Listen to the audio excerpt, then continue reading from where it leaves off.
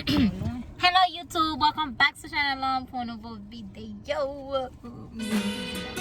Mama, te dis-moi pas de café, So, na video jodi a Timon, mgen zi avem, mgen mami avem, mgen jaja avem, jaja abdome mgen li avem. Oh, lak yon Timon abdome de ya. Ok Timon, na video jodi a son gojou, ok? Ba fè video a tro long, ma bat mwen sin de ka fon video 10 minutes. Parce que nous sommes des remises dans l'une des plans pour t'acheter un caille. Boo, boo, boo, boo, boo, boo, boo, boo. We're gonna buy a house. So, je dis à la nous allons commencer à regarder caille. Gon paquet de caille, nous allons commencer à regarder. Cause banque qualified nous. Yes, kounya la ça nous était seulement c'est pour nous joindre caille là et puis pour nous cacher caille là and then for nous move dans caille là. So, oh my God. We're gonna buy a house. Oh, we're just looking at them right now. Yes, We gotta but pick like, which one. yes. Pour kounya la nap gade yo, but nou pral comme si choisi ki kay ke nou vle. But the good news is we got qualified and we're gonna get a house. Yes. Yes. So good news on c'est que koblan la, nou va la chon kay, bak la approuve nou, ke di nou bon, like, we're gonna buy a house, you get me? So, ma fè ti house tout l'ensemble avec nous. Premier, ça c'est premier quand m'bal gade, moi vini là pour m'venir rencontrer dame nan 10 minutes early. So 10 minutes early, gade moi yon go gade there. Figi moi yon baye. Ok, moi ti jo 10 minutes avant, m'vin 10 minutes pi bonne, so bon monte nou kay m'vin gade yon là and then len montre la dan. So far, ça c'est premier kay nou vin gade. Na preten dam nan, le dam nan vini, na preten dan, et puis na pwe plus bagay. So jodi an, li trapo pa pou montre nou yon ou bien deux kay. Mba kon va montre nou, epi lwa se video a long. So sa va depen de combien kay nan gade jodi an. Yeah. Well, moi-même, pour bien dire nous avons cherché un 4 chambres. La raison qui fait nous avons cherché un 4 chambres, c'est que moi-même, j'ai une grosse famille, nous connaissons une famille haïtienne, c'est une grosse famille. Et puis, j'ai deux petits monde, so, ou pas, je connais, nous avons besoin de 4 chambres, nous avons besoin de 3 douches, nous avons besoin la cour pour nous build un pool. Moi, ça avec Zeno, nous avons pour faire un pool dans la cour. So, il y a un petit genre difficile pour nous acheter un caille qui a une piscine là-dedans. Parce qu'il y a un petit genre piché. So nous décidons pour nous faire pour nous construire piscine là-dedans parce que papa zigé monnaie qui connaît qui faire construction bah ça. So il a coûté nous pitcher. And then après on the là. So all the bedrooms are going to be upstairs. All right. Half a bathroom down. Okay. So this is gonna be the living room and the dining room area. Living room, dining room, and then of course your kitchen. It looks like there's a lot of dogs over here. There's always a lot of dogs, typically. He loves dogs. I just don't. And you have a huge yard here. Oh, this is cute. I like the kitchen. I'm not gonna lie. I really do. Very spacious. Very, very. Yes. And then of course you have your pantry here. Yes. And then you have your 2-car garage. I think washer and dryer are going to be here as well. Okay. So washer and dryer are right here, right? Don't Right fall, there. right Mhm. behind you. Okay. So that will be the washer and dryer. It's pretty good. This one, this one does not have. Does your current home have a refrigerator? No, they have a spot here, but before we had it. Yeah, you can always convert it. Let me check out the backyard because this is my thing. Backyard. So you have a lot of space. So si nous comme si à fond pour là, nous capable faire là. And then boy, some bien aimé ça là, j'ai fait là. Jaja, you scared of dog? Moi mais j'en ça fait là comme si on a fait un petit barbecue là, you get me? Oh, someone me excited, me excited. The first one here. It's kind of small, no? That one is small, but look at this one over here. Okay, let me come. This one is very small. That one's a little bit small. This is the second biggest one. Oh yeah, this is good. This Yes. is big. So this is like a little mini master, but without the bathroom in here. But the closet is small. Yeah. But it's still good because it's a big size. Right, Hama? It's pretty big here. Yeah, so this is pretty big. Mm-hmm. You have the bathroom here.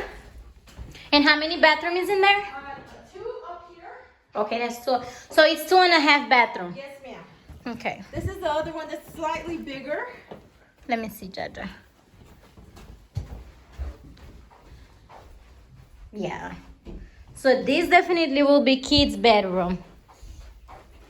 Ça c'est pour petit moun yo la plus. And you know what we can do? We can request a carpet allowance for them to give you money to replace the carpet. Sure. Actually, if they can just take it out, I'll be happy. Yeah. Cause I don't like carpet. Okay. Or they can give us an allowance so you can put flooring if you want. Oh my That's the god. master. This is your master. Oh my god. This is definitely gonna be mine. This is a master. If I'm taking this house. And this is the bathroom in there. Yes. Okay. You also can have a big other bedroom. Yes. And the other one will be for the kids. Yes. It's okay. Kids doesn't really need a lot of space. And this is a great starter home. I mean, it's not gonna, I don't think it's gonna be a forever home. But, No, this definitely not gonna be a forever home. more money and you're probably gonna want a bigger house. I like this. I like this a lot. So, ça c'est premier kind of gari, and then So it I actually like the view from here as yeah, well. the view is gorgeous. Go see. So, I really like it. I like it. I think it's a pretty So, I'm house. gonna just have. Yeah, I like You it. can still make your own. My own thing out of it, you know. Let me see. Let me see that over there. Yes, but it will. Hold on, Simon. And then, Miss Susan, I wanted to ask you. This is our land, right? Like, if we get this, all that up to You know where? right there, no? No. Where the line is, where the car goes on the side, you know that metal thing? All of this is still yours.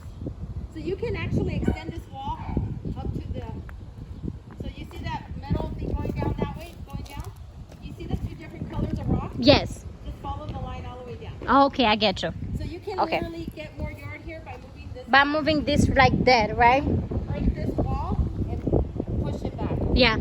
You get what I'm saying? So, Simon, ça c'est premier kay nou tal gade, hein? Kounya la nou pal gade un deuxième kay. Ok, Simon, ça c'est deuxième kay nou pal gade jodi, hein? So, ça c'est deuxième kay là. And then, one more thing under. And y'all. Ooh, I like this. This is So cute. this one is going to be a 3-bedroom. It's 1540 square feet. So you're going to have 2 living areas. So this is your first living area. Okay. And you have your dining room. Mm. Then you walk into your kitchen, which you could put another island here if you wanted to, and then you have your other living area here. Mm. Or, because you need 4, right? Yeah, we can make a room out of this. So you make basically a room out of this. You know, you put a wall through there somehow, and this now becomes, you know, this will still probably be your dining area, but you can make a bedroom here. Ma, lagi ça c'est living room là, and then ça c'est cuisine là, and then nous avons deuxième salon là. Okay, that's the garage, huh? Yeah. I'm not gonna lie, the only thing I like here is the living room area. Other than that, I don't like the rooms. The bathrooms are small. Yeah. The rooms are Because keep in mind, small. This is about 300 square feet less. This is your master. So master will be smaller than the one that we just came from. No. What do you think, babe? I mean, I like the little. I don't So, know. This Simon is the deuxième kalam bangmen. Mwen place li pa gen la kou, li pa gen ti chambre to apeti, and then yeah, c'est seulement living room nan ki go. So, bangmen, cause mwen la kou, vle place pou mwen fè de se li bagay. Kounya la nou wal vizite o 3e kay. So, jodi an, li te di mwen tap vizite 4 kay. Men lot kay la, li yo di kon sa ke mwen pap ka la dan jodi an paske ya fè maintenance sa dan. Wal vizite denye kay la jodi an la, et puis nou va chercher plus kay toujou pou nou e ki sa nou plus reme, pou nou e ki kote n gade, ok? Simon, sa se denye kay nou wal vizite pou jodi an la, li pa go, kom se li pa wow, but sa se denye kay nou wal vizite pou jodi an la. Hello! Yeah. So this This is gonna have 1422 square feet. So walking in, this is your living area. Ooh, This is gonna be okay. your living area right here. Living room right here. Yes. Okay, I And get then it. you have your garage will be here. And Oops, then washer dryer. Okay. Yeah. Like you said, this is smaller. Yeah. Yeah. Let me see the kitchen. Oh my God, I like it here. So the kitchen is this. Yes. Area. So it's two living room area. Living areas. You can make that into a bedroom, potentially. Ok, ça c'est porte là, ça son living room, ça c'est cuisine là. And then ça son l'autre côté pour living room again. And then that's the backyard, right? Yes, ma'am. It's pretty big actually. Oops. So ça c'est un restroom. Bah finir ça, mais bon, c'est qu'il y a les premiers cas là mais ça son l'autre restroom, ça son bedroom ensemble avec douche lit. What do you think? I like the first one.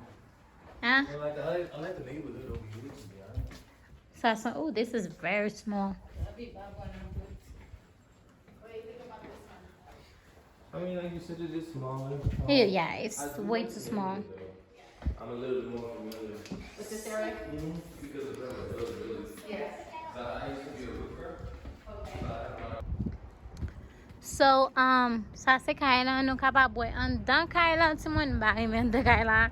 Je juste me devant parce que moi ça avec nous dit qu'on ça c'est nous qui gagne assez espace, nous capable faire remote Kayla, ça veut dire faire plus bagages dans Kayla. Je juste me devant Kayla comme si un salon, whatever, parce que ça est easy pour remodel. Ouh, ça c'est la cour.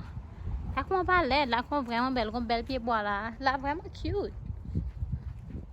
It's just m'pa mes chambre yo, like chambre yo vraiment petit. So m'pa vla chonka et puis m'pa reme chambre yo là. Donc comment ça me dit so I don't think m'a pas chic m'a penser sur ça parce que m'pa mes chambre yo même yo trop huilé. But moi mais là quoi en pile. This is beautiful here. So Timon ça c'est dernier quand nous t'a regardé yo. Marimen, Jean des non Marimen. So n'a pas là aujourd'hui. Demain, si je veux me visiter de toi encore, jusqu'à ce que nous jeunes ça nous aimons vraiment. Mais si je ne peux pas joindre l'autre, bien comme je prends ensemble avec premier cas là, parce que le premier cas est toujours belle, bien aimé. So yes, and then, je vais nous là dans la vidéo ça, je ne vais pas vraiment grand plus bagage pour nous, c'est juste un petit vlog que je fait. Un petit vlog que je fait, de juste mener nous à aller regarder cas ensemble avec moi. So, pour me capable voir exactement, I don't know, pour me capable voir ma vie nous, ouais, ça me dit là. Papa nous dit tout le monde, je suis excited parce que son gros pas, oui, son gros bagage m'a fait. Pour moi-même, je prends son gros bagage parce que moi m'a dit nous pas gagner 2 ans mariage en juillet. So nous pas gagner 2 ans mariage en juillet, nous mariés en 2018, en 2019 nous font petit monde. En même 2018 là nous move Timon, nous move El Paso, nous move Texas sans rien. Sans rien. Nous quitter toute bagaille, tout ça me dégaine, quitter toute ka maman. Move ensemble avec une télévision, ensemble avec 3 valises, ensemble avec 4 bottes moi seulement. Moi move, quitter côté maman maman vient était boy ici là.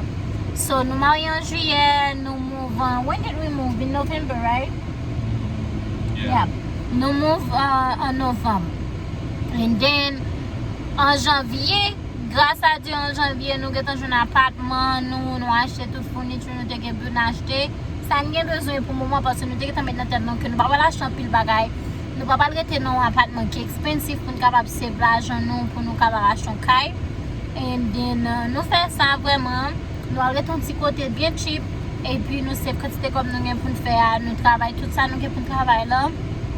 So nous allons gagner 2 ans mariage en juillet, nous allons gagner 2 ans mariage en juillet, nous gagnons 3 ans ensemble en avril.